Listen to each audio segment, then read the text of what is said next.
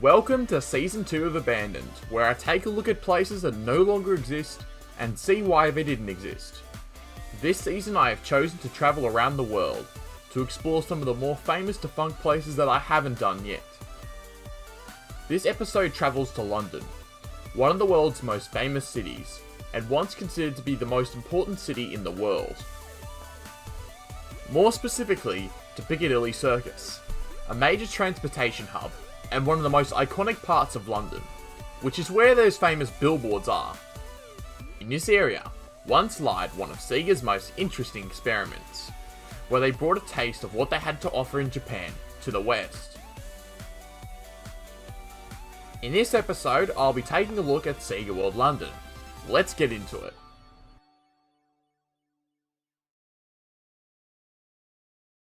Sega are no stranger to operating big theme parks and arcades. They still operate numerous arcades across Japan, but they once had a worldwide presence. At one point, nearly 100 Sega arcades stood around the world, including in the UK. Yes, Sega at one point indeed operated arcades in the UK. From 1991 until 1995, Sega opened up a handful of Sega World and Sega Park arcades in suburban areas. The biggest and baddest of them all was the Sega World in Bournemouth, which opened in 1992 as Sega's signature arcade outside of Japan. These arcades were inspired by their arcades in Japan. In the early 90s, Sega operated dozens of them across Japan. In 1994, Sega opened an arcade concept called Joy Plus in Yokohama. Unlike normal arcades, Joy Plus was different as it incorporated medium-sized rides and attractions into the complex. Joy Plus was marketed as a theme park rather than an arcade. This concept would initially be very successful, with the single Yokohama location achieving attendance of over 1.5 million visitors in the first year of operation, with plans being quickly made to expand the concept around Japan. Also in 1994, Sega set up plans for world domination. At the time they had reached their peak, Sega was essentially printing money, selling the Mega Drive around the world, making mountains of cash selling arcade machines, and were getting ready to release their next platform, the Saturn. As part of this plan, they had some bold plans to expand their brand around the world. One of Sega's more bizarre experiments, as part of their plans to plant their brand globally, was to introduce the Joy Plus concept outside of Japan. At first, Sega looked to their most successful markets to test the waters for the Joy Plus formula in the West. Eyes quickly fell on the UK and Australia, two powerhouse markets for Sega at the time.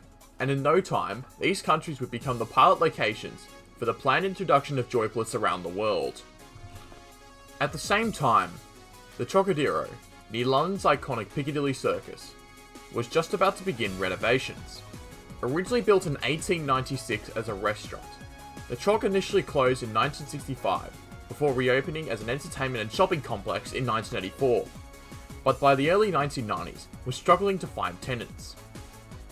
In 1994, the property was purchased by developers Burford Group, led by Nick Leslau and Nigel Ray, who endeavoured to revamp the site for modern consumers. Conveniently enough, as Sega was looking to expand Joy Plus around the world, they came across the Trocadero as a possible future site. By 1995, Sega had arranged with Burford to build a Joy Plus style arcade as the anchor tenant of the Trocadero. Construction would begin in early 1996 on what would later become Sega World London, utilising 100,000 square feet of the building.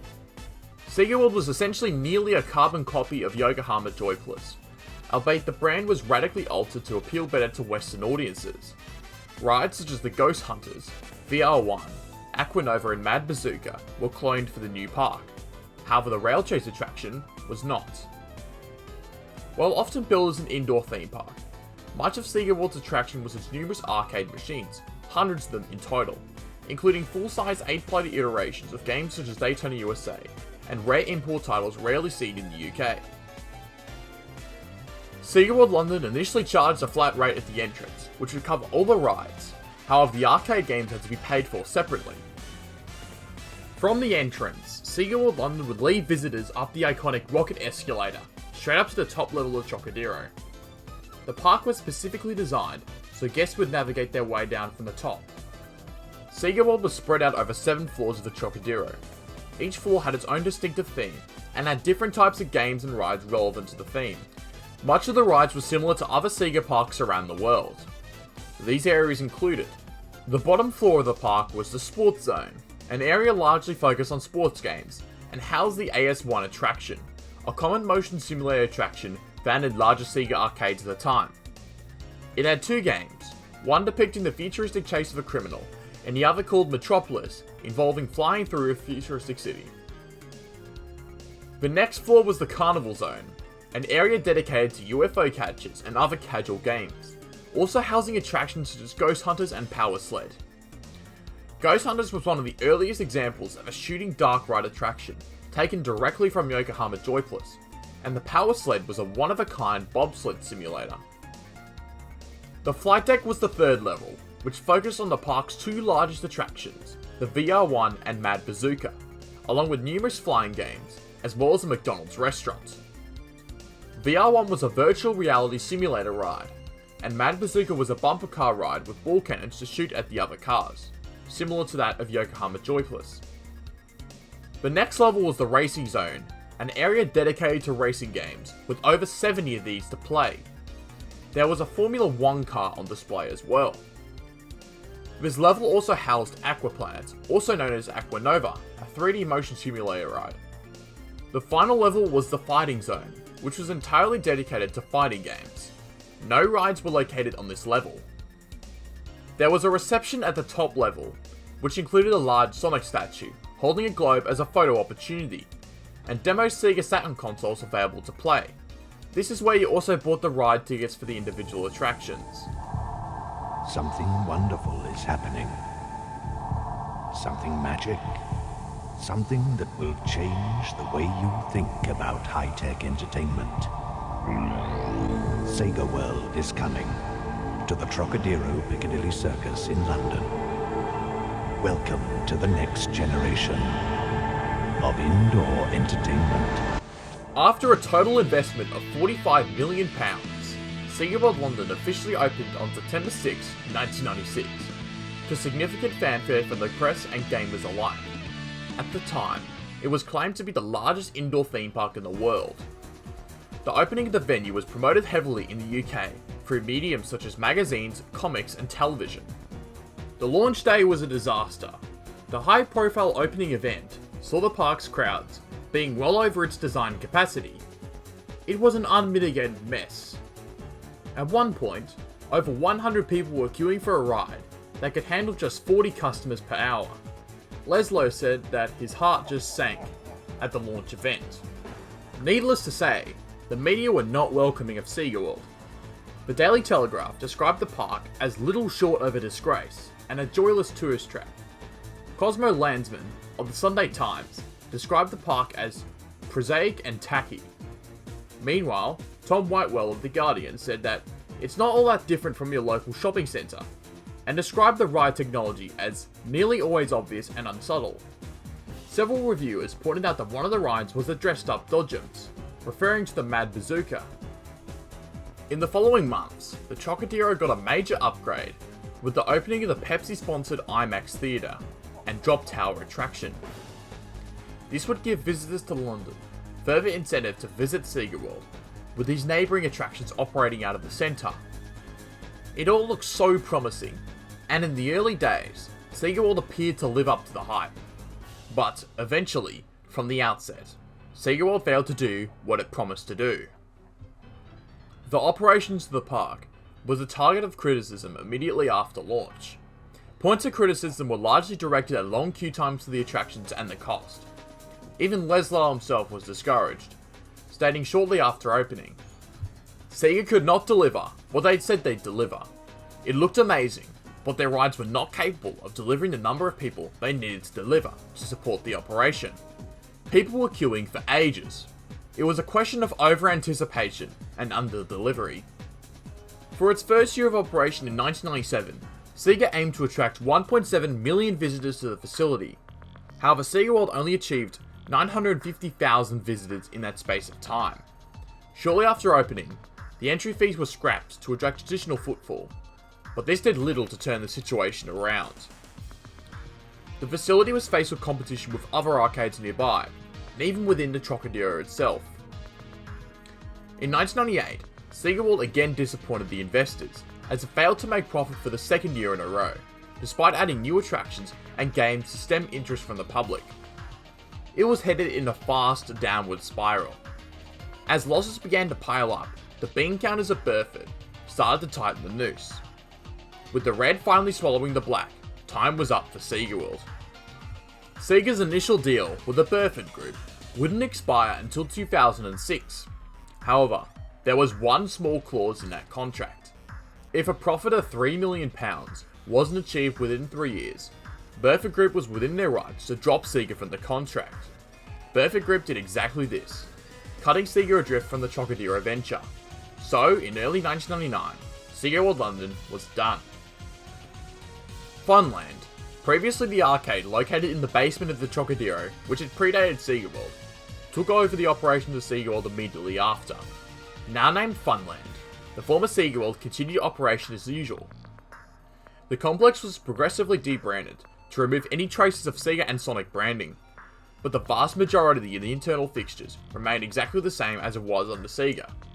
The refurbishments were completed in September 1999, with Sega World officially becoming Funland.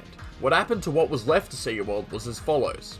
In late 2002, Funland was cut down, as the arcade was reduced to just a few floors, taking out most of the ex-Sega World floors which housed the reception and the rocket escalator that led up to it, blocked off with a Coke vending machine. Many of the major rides went offline with this closure, and the floors were left completely empty. What remained of Funland was upgraded from time to time over the following few years, but very quickly the management would stop caring about Funland's condition, and in the late 2000s there was decay in parts of Funland. In this time, the Trocadero's owner changed to Criterion Capital, which planned to convert the building into a hotel. After a years-long battle with the landlord over rent disputes, Funland ultimately closed its doors in April 2011, marking the official end of Sega World's legacy. The Trocadero itself didn't last too much longer, closing down completely at the end of 2014 to allow for the hotel conversion to take place. But this hotel conversion still hasn't started, almost 5 years after the near total closure of the Trocadero. Almost nothing has been heard of the project, and at the moment, much of the old Sega World space still sits completely abandoned, nearly 2 decades after its initial closure. Many of the former Sega World floors continue to sit in a decayed, worn-out state, with some of their fixtures in place, in spite of plans for the hotel conversion. Some of Sega World's iconic features, including the rocket escalators, were previously removed in early 2011 for the development of the hotel. So exactly what happened? Sega World London went down for these following 3 reasons. The first one was that it was overpriced. The second one was that the rides couldn't handle the crowds. And the final reason was that Sega's popularity waned during its brief life. Sega World London was overpriced at £12 entry for adults, rides broke down, the queues were lengthy, and it failed to live up to the marketing hype. The coin-op machines' cost ranged from 30p to £1, and were already available elsewhere without an entrance fee, even after the entrance fee was removed. The main area which Sega World supposedly held the advantage was the arcade games. While there were hundreds of arcade games to play, these came at a cost. Compared to other arcades in London at the time, Sega World's games were far pricier than competitors, and in an age where arcades were peppered around the city, Sega World lost crucial footfall to neighbouring arcades across London. Charging entry for an arcade was a very poorly thought out idea on Sega's part. Entry fees for a facility, which is anchored by upcharged arcade games, simply did not impress general consumers. Combined with overcrowding on the park's ride, which were included in the entry fee, this gave a bad image of Sega World to consumers, and left a bad first impression. The attractions at the park had a poor ability to process through crowds. The capacity on many of the attractions was poor, due to their nature as mostly simulator attractions. One vehicle on the VR1 simulator attraction had capacity for 8 guests, and there were 2 vehicles on the ride. Theoretically, the VR1 could process through 192 guests per hour. However, in reality, the capacity would be smaller than this, as the ride's lead times were very slow due to its nature as a virtual reality attraction. as headsets would need to be cleaned and adjusted for each cycle. Some of the attractions could only move through a paltry 40 customers per hour. But what has this to do with the park's problems? Well, the poor capacity of many of Sega World's attractions mean that the rides have longer lines.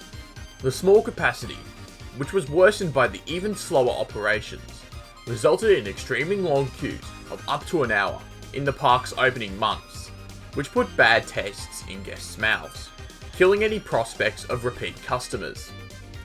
Combined with overcrowding in the arcade area itself, gave Sega World a poor reputation amongst the locals. Sega World's failure can also be blamed on Sega's waning popularity in the late 90s. Sega World was initially planned in Sega's peak around 1994. Back then, Sega had released games such as Sonic 3 and Knuckles, Streets of Rage 3, Virtua Fighter 2, Virtua Cop, Sega Rally, Daytona USA, and the groundbreaking Mega Drive port of Virtua Racing. It was experimenting with VR technology in a cancelled Mega Drive add-on. It had just released the 32X add-on for its Mega Drive, the first of Sega's many failures, while at the same time getting ready to release its next platform, the Saturn. The UK, and Europe as a whole, was Sega's biggest market, and the only market where Sega actively held a larger market share in video games than Nintendo. This went out the window in the following 3 years as around the world, Sony quickly overtook Sega, and Nintendo to a lesser extent, as the largest video game producer.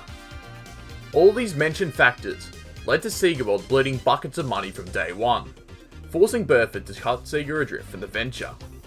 This was due to the 3-year exit clause, which Sega and Burford agreed to in 1996.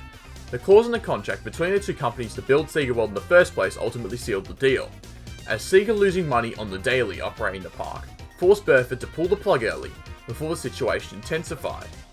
Against the backdrop of widespread company failures in the 5 years prior to 1999, it was the right move for Sega to bail out a loss-making venture such as Sega World, and likely would have happened even if the clause didn't exist. In spite of its overall image as a failure, Sega World in its first year attracted just under 1 million visitors, which has arguably made it the most successful of the big Sega arcades built in the West, especially compared to some of the other Sega ventures, which have flopped far harder in terms of attendance numbers.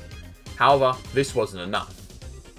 Sega and Burford envisioned Sega World as something earth-shattering, which it ultimately fell short of. Burford and Sega's initial expectations of Sega World having 1.7 million visitors in 1 year was also greatly miscalculated. For this target to even be realised, 4,657 guests on average would need to visit a facility a day. Given the average length of stay at somewhere like Sega World was between 1 and 2 hours, for the target to be realised, on average, 750 guests would have to be in the facility at any given time. Basically, for Sega's target to be realised, guests would literally have to be crammed into Sega World just so Sega gets to tick off a couple boxes. Yikes. Also, globally, in 1997, arcades were just beginning to go out of fashion. Sega World's demise can to an extent be blamed by this. PS1s and N64s were being adopted in far greater numbers than their predecessors, the Super Nintendo and Mega Drive. Having home consoles to play games on negated the need to go to the arcade to play video games. This trend, however, did not accelerate until well after Sega World transitioned into Funland. It would ultimately be responsible for Funland's demise in the end. So that's the story of Sega World London, self-described theme park of the future. Like the other Sega Worlds, this particular Western Sega venture had a brief yet eventful life, before it too failed and bit the dust before the 21st century had arrived. The largest indoor theme park in the world is coming to the Trocadero. Be there.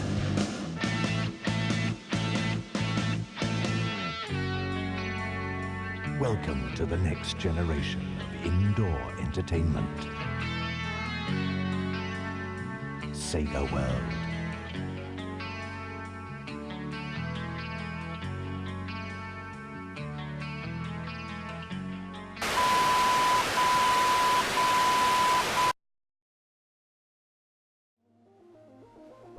Hey guys, thanks for watching this video all the way to the end. If you're new to this channel and missed out on the last video, check out the previous video here. If you like my content and want to see more, like, comment and press the subscribe button down below, and hit the bell notification so you never miss a video. I also have a Twitter and Twitch channel. If you'd like to check them out, the links to them are in the description.